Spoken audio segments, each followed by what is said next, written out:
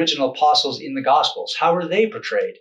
The original Jewish apostles. Okay, if it really is true that these factions broke away in the 50s, and you had Paul and the Gentiles, but then you had the original apostles, Peter, John, you had some of these original apostles who were Pharisaic, intensely Jewish, and they, at the Jerusalem Council, they sort of pushed back against Paul. If that's the case, then later Christians, including the gospel writers, might have not looked favorably upon the original apostles.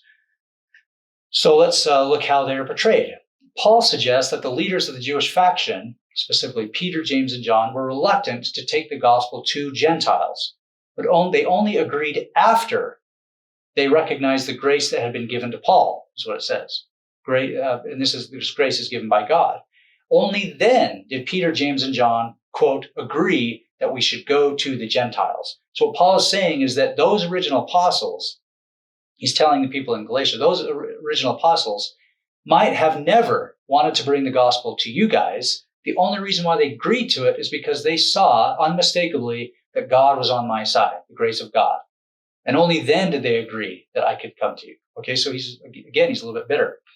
Also in Mark 4, the apostles show a lack of faith during a storm, and Jesus says in Mark, have you still no faith?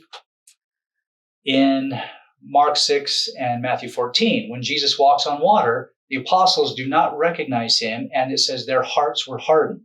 That's actually in Matthew. In Mark, Jesus is even more pronounced in his disappointment. He says, do you still not perceive or understand? Are your hearts hardened? Do you have eyes and fail to see? Do you have ears and fail to hear? And you do not remember? You have little faith. Do you still not perceive? How could you fail to perceive? Do you not yet understand? Do you understand the words that are coming out of my mouth?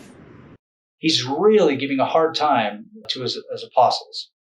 Mark 9. In the next chapter, a man approaches Jesus' disciples and asks them to heal his son, but they couldn't. And so Jesus calls them faithless. And then he says, how much longer must I be among you?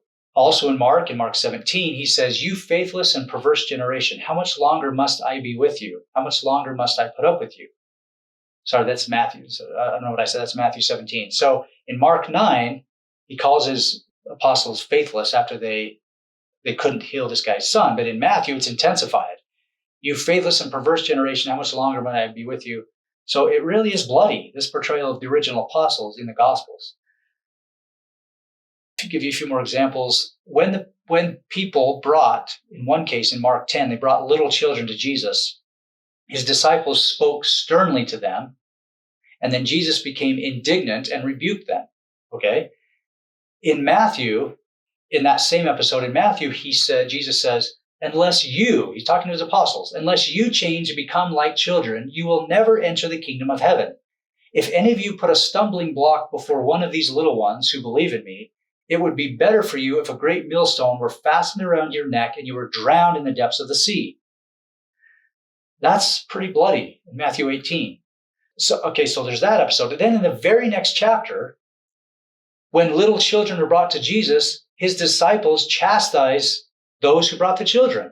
So Jesus says it'd be in the previous chapter, it'd be better if you were never born, if you put a stumbling block between these children and me. In the very next chapter, they do it again. The author of Matthew is trying to show the faithlessness of the original apostles.